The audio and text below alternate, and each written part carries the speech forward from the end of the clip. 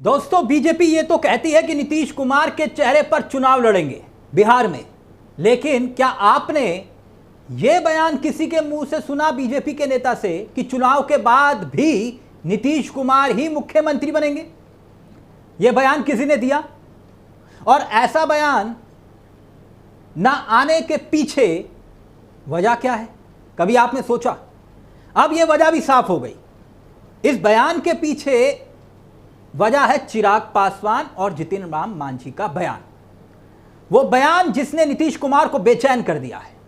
अब सवाल यह कि चिराग पासवान ने नीतीश कुमार को कैसे और क्यों टेंशन में डाला।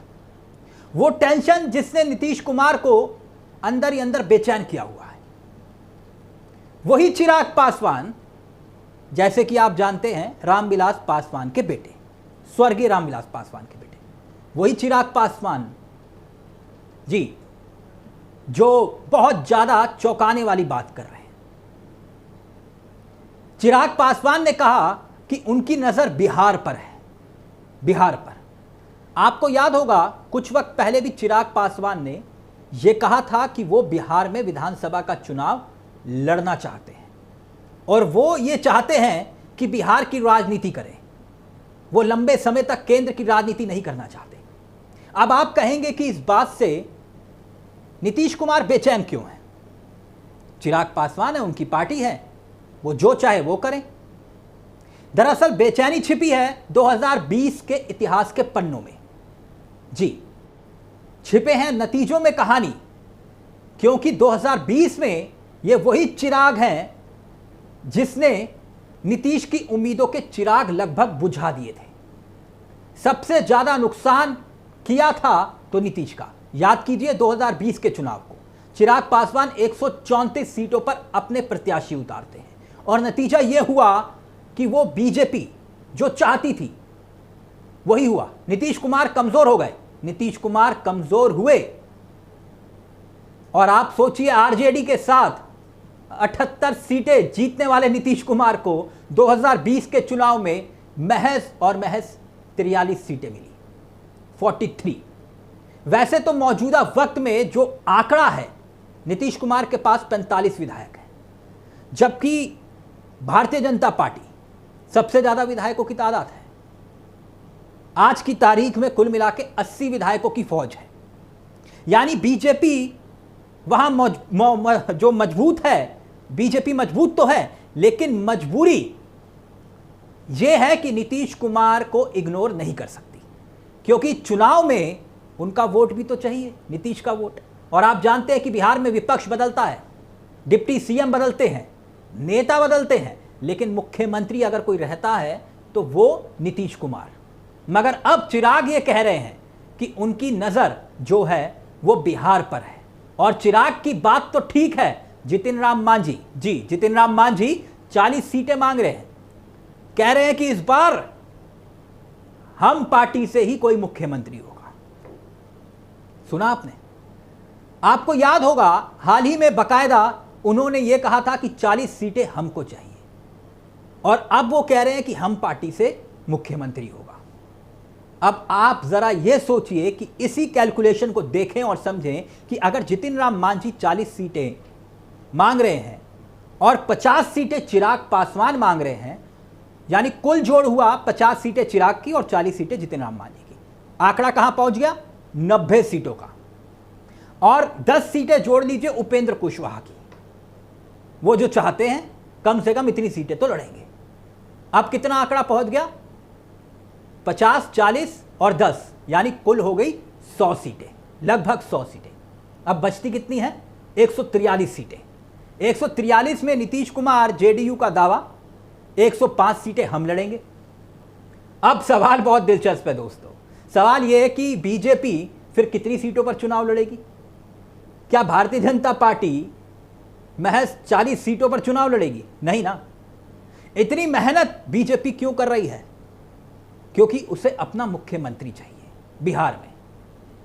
और टेंशन क्या है? और टेंशन कैसे चिराग पासवान बढ़ा रहे हैं, जितिन राम मांझी बढ़ा रहे हैं नीतीश कुमार की? दरअसल बीजेपी को यह लगता है कि अगर चिराग पासवान और जितिन राम मांझी इतनी सीटें वो ले लें जितनी बीजेपी को जरूरत है, यानी कि बीजेपी उनकी सीटों को जोड़कर सरकार बना ले, तो नीतीश कुमार को बड़ी आसानी से किनारे किया जा सकता है, जैसे एकनाथ शिंदे को किनारे किया महाराष्ट्र में। और यह सियासत इतनी दिलचस्प मोड़ पर आ चुकी है बिहार में दोस्तों कि चिराग पासवान के तौर पर एक दलित मुख्यमंत्री बीजेपी देख सकती है, एक बड़ी राजनीति, बड़ी सियासत कर सकती है। खैर, चिराग पासवान का भी बयान है और जितिन राम मांझी का भी बयान है, लेकिन नीतीश कुमार के लिए यह बयान टेंशन देने वाला है। चिराग बिहार में सक्रिय हो रहे हैं, यह बात किसी से छिपी नहीं है। अब याद होगा आपको कि जब हाल ही में छात्र पटना की सड़कों पर पिट रहे थे बीपीएससी के, तब चिराग पासवान ने बिहार की कानून व्यवस्था पर सवाल खड़े किए थे और यह तक कहा था कि मुख्यमंत्री कार्रवाई करें। चिराग के समर्थक ये चाहते हैं कि चिराग पासवान मुख्यमंत्री बने, बिहार के मुख्यमंत्री, युवा मुख्यमंत्री। और उनकी बड़ी मां है, यानी कि रामविलास पासवान की जो पहली पत्नी है, उन्होंने भी ये कहा था कि चिराग पासवान को बिहार का मुख्यमंत्री बनना चाहिए। मुख्यमंत्री बनने की तमन्ना हर किसी की होनी चाहिए, नेता है तो ख्वाहिश भी होगी। अगर किसी के अंदर ये ख्वाहिश नहीं है तो फिर नेता नहीं बनना चाहिए उसे। इसमें कुछ गलत भी नहीं है, आप कहेंगे। यानी सियासत में खेल को समझें तो इसमें जो नुकसान हो रहा है वो बीजेपी का बिल्कुल नहीं हो रहा। नुकसान किसका हो रहा है? नुकसान हो रहा है नीतीश कुमार का। नीतीश कुमार जो आज की तारीख में आश्वस्त हैं या फिर आश्वस्त दिखाए जा रहे हैं, इस बात को कोई भी कहेगा, कोई भी समझेगा कि आश्वस्त मुख्यमंत्री को फिर दोबारा मुख्यमंत्री क्यों बनाए। चिराग और जितिन राम मांझी का यह कहना तो ठीक है, लेकिन क्या चिराग पासवान और जितिन राम मांझी जो बातें कह रहे हैं वो अपनी मर्जी से कह रहे हैं या फिर उनसे बुलवाई जा रही है? यह प्रेशर किसी पर भी बढ़ रहा है या नहीं बढ़ रहा, जाहिर तौर पर प्रेशर बढ़ रहा है तो नीतीश कुमार पर बढ़ रहा है। यह राजनीति का खेल है और राजनीति के खेल में नीतीश कुमार पहले ही वक्फ को लेकर फंस चुके हैं मोदी और अमित शाह के चक्रव्यूह में, और अब अपनों से वो फंस रहे हैं या फंसाए जा रहे हैं। विधायकों की संख्या के आधार पर मुख्यमंत्री पद का चयन होगा, कई बीजेपी नेता बोल चुके। और हरियाणा के मुख्यमंत्री नायाब सिंह सैनी तो ये तक कह चुके कि मुख्यमंत्री सम्राट चौधरी बनेंगे, इशारों में सम्राट के नेतृत्व में हम चुनाव लड़ेंगे। तो फिर बीजेपी के सामने सवाल यह कि विधायकों की फौज विपक्ष में, यानी कि अपने सहयोगियों के पास कम हो, लेकिन इतनी हो जितनी उसे जरूरत है, तो फिर नीतीश कुमार की जरूरत नहीं पड़ेगी। नीतीश कुमार 45 सीटों पर हैं, 80 पर बीजेपी है, लगभग आधे पर नीतीश कुमार है। उसके बावजूद, कम सीटें होने के बावजूद वो मुख्यमंत्री हैं। चिराग नीतीश कुमार को नहीं चाहते, जानते हैं क्यों? क्योंकि नीतीश कुमार के पास एक फॉर्मूला है, या आप कह सकते हैं चिराग पासवान के पास वो नहीं है जो नीतीश कुमार के पास है। लोकुश समीकरण, लोकुश कुर्मी कुशवाहा वोट, एक समीकरण जो नीतीश कुमार के साथ है, वो कुर्मी चेहरा है। इस बात से कोई इग्नोर नहीं कर सकता। लंबे वक्त से मुख्यमंत्री हैं भारतीय जनता पार्टी, अगर नीतीश कुमार को किनारे लगाने की कोशिश भी करती है तो फिर दिल्ली में सरकार डिस्टर्ब होती है।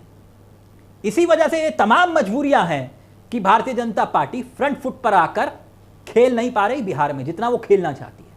वरना आप देख लीजिए, बीजेपी ये तो कहती है कि नीतीश कुमार के चेहरे पर चुनाव लड़ेंगे, जैसे मैंने आपको पहले कहा, लेकिन क्या आपने, फिर कह रहा हूं, सुना है कि चुनाव के बाद भी नीतीश कुमार ही मुख्यमंत्री बनेंगे? यह बयान किसी ने दिया? नहीं ना।